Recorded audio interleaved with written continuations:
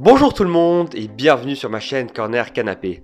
Alors de temps en temps on me demande s'il m'arrive de tourner des vidéos que je n'ai pas envie de tourner. La réponse c'est clairement non. Chaque vidéo que je tourne j'ai vraiment envie de la tourner. Ce qui arrive parfois c'est que j'ai peut-être un peu moins d'énergie, je perds un peu ma voix, ce qui fait que tourner les vidéos devient un peu plus difficile, notamment quand j'ai moins de temps.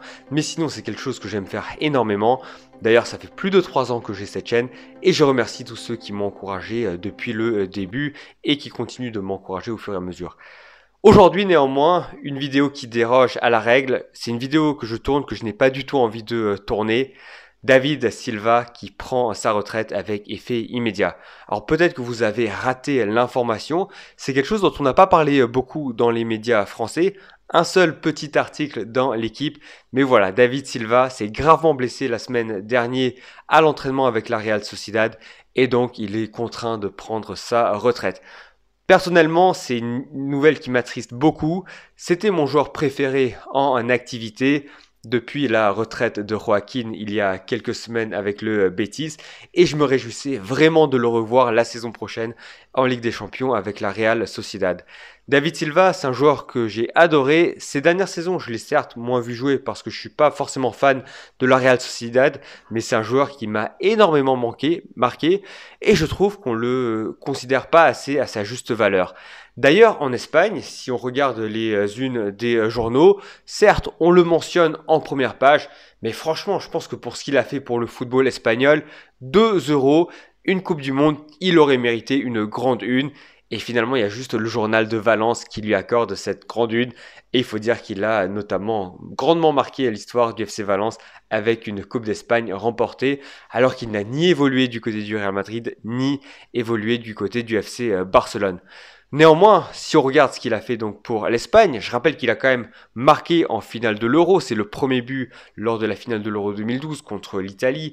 Il a été fantastique lors de cette compétition européenne.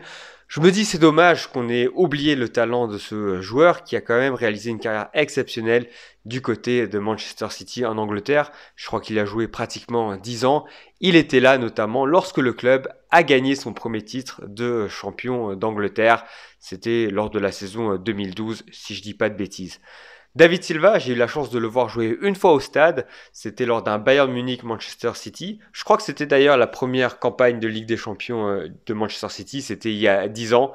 Manchester City n'avait pas la moindre chance contre le Bayern Munich, mais à l'époque déjà sur le terrain, c'était le maestro absolu, la vision du jeu, la technique, tout ce qu'il fallait.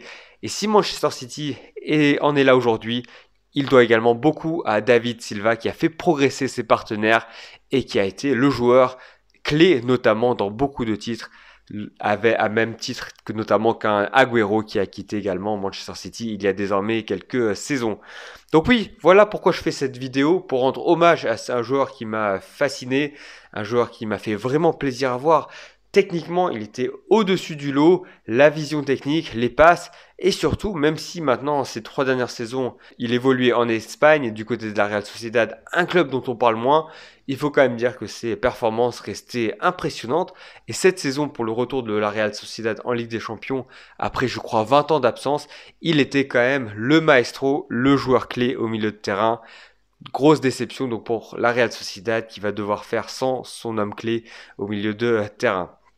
Personnellement, je suis vraiment très triste de ne pas le voir la saison prochaine en Ligue des Champions. Je me réjouissais vraiment de le voir parce que voilà, ça faisait maintenant 4 ans qu'on ne l'avait pas vu en Ligue des Champions. C'est un joueur fantastique qui a tellement apporté au football et je trouve ça vraiment dommage qu'il ne soit pas considéré à sa juste valeur. Et donc je me devais clairement de faire cette vidéo pour rappeler à quel point David Silva a été un joueur extraordinaire qui a énormément marqué l'histoire de Manchester City. Aucun doute que si on doit faire le 11 de légende de Manchester City, il serait dedans et qu'il a également apporté énormément à cette équipe nationale d'Espagne avec tous les titres qu'il a gagnés. Donc voilà, vidéo extrêmement triste aujourd'hui parce que voilà, il termine, on va dire, sa carrière de la pire des manières sur une grave blessure sans pouvoir dire adieu au football, mais il termine également sa carrière au sommet en ramenant la Real Sociedad en Ligue des Champions après une belle saison. Je rappelle également que du côté de la Real Sociedad, il a gagné un trophée, la Coupe d'Espagne. C'est un joueur qui a gagné partout où il est passé, à Valence une Coupe d'Espagne, à la Real Sociedad la Coupe d'Espagne, et puis un nombre incalculable de trophées avec Manchester City et avec l'Espagne.